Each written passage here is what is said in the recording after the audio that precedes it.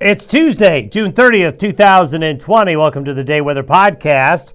Well, it is going to be really cool today for some of you. Most of you watching and listening to this podcast are going to feel, it's going to feel more like late May, not late June out there.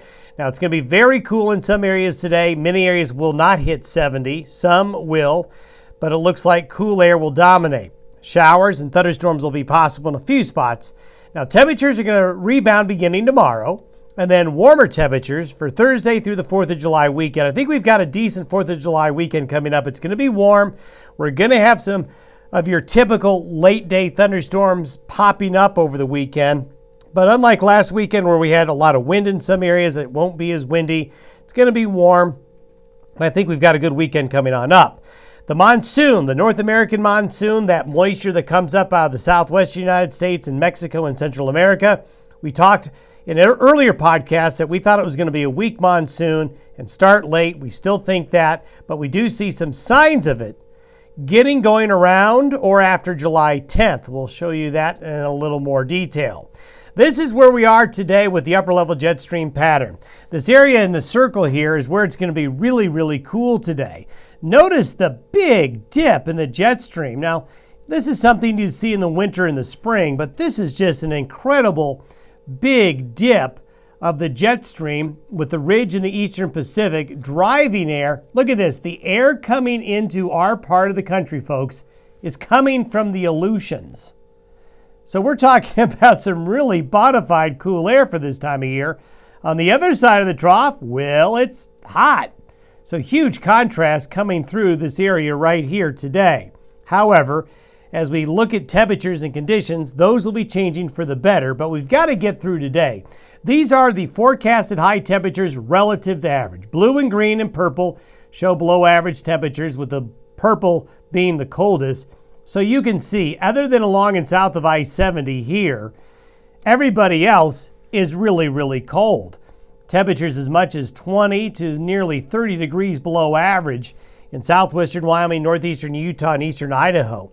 Also, there's going to be some shower and thunderstorm activity today in areas they need it, especially up into this area today. But once we get beyond today, we're going to see a warm-up. Here's the forecasted rain chances. This is through Friday afternoon. You can see it's the northern areas closer to the track of that trough that have the heaviest precipitation over the next 3.5 days. Some scattered showers and thunderstorms will be forming elsewhere over the next 2 or 3 days in this area here, but it's going to be really spotty. So this part of the country right here really needs the rain, and they'll get a little bit more. We're still looking at this hole in this part of Wyoming here, especially around the Casper area, that continues to suffer. These are temperatures by Thursday. Notice the rebound. A big jump in temperatures with the cold air headed east. High pressure builds back in. Desert air gets channeled back in. So instead of air coming from the Aleutians, like today, the air comes from Arizona by the end of the week and the weekend. It's like weather whiplash, kind of what we're going through. Really, we've had this happen several times in the month of June. These big swings. By Friday, this is the upper level jet stream pattern. We have that trough receding northward. A big area of high pressure covers a lot of the country centered here. And we'll start to see that flow of air come back up from the desert state. So that's going to warm us up for the 4th of July weekend. 10 days out, high pressure settles over northern areas of New Mexico. Now, I want to show you the upper level wind pattern. It comes across Mexico, comes across the Baja, and turns. What's going to happen around and after this July 10th time frame is subtropical moisture, which is increasing from Mexico and Central America, is going to start to come up to the north and go around this high. What's been happening this past several weeks is that when this flow of moisture starts to come towards North America, these Pacific troughs come in and literally just take the top off the monsoon moisture flow and shunt it. So every time the monsoon tries to get started, the Pacific says, no, you don't, cuts it off, and we have a monsoon that just can't get started yet. Usually by June, southern Arizona, parts of southern California's deserts, southern New Mexico are well into that monsoon season. as we get after that July 10th time frame, what I'm showing you here is a computer model that is showing the flow of moisture. You see this arch coming in from the southwest and heading northeast? This is what we typically get when the monsoon gets started. High pressure over the southern plains. The clockwise flow helps draw that moisture out of Central America and Old Mexico and push it into the southwestern United States. So this is good news maybe for south central and southwest areas of Colorado, this Four Corners region here that's really, really dry. We do see that getting going. Now this is a double-edged sword because you tend to get dry lightning at first, and so that is always a fire starter, or can be.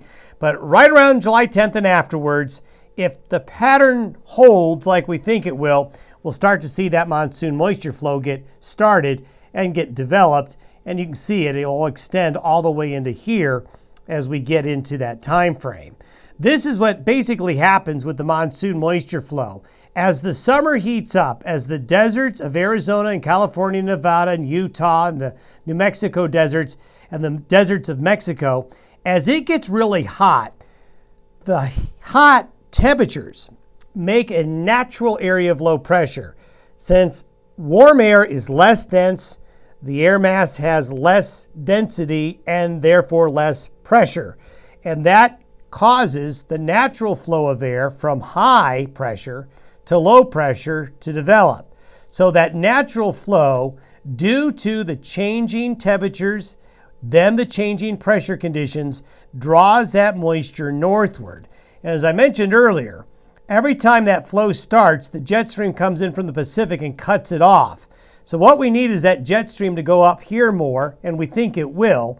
And this is allowing that monsoon moisture to start developing and get going around or after July 10th. So we'll keep you updated on that in the next week or so ahead. Thanks for listening and watching the Day Weather Podcast. We'll see you on the first day of July tomorrow.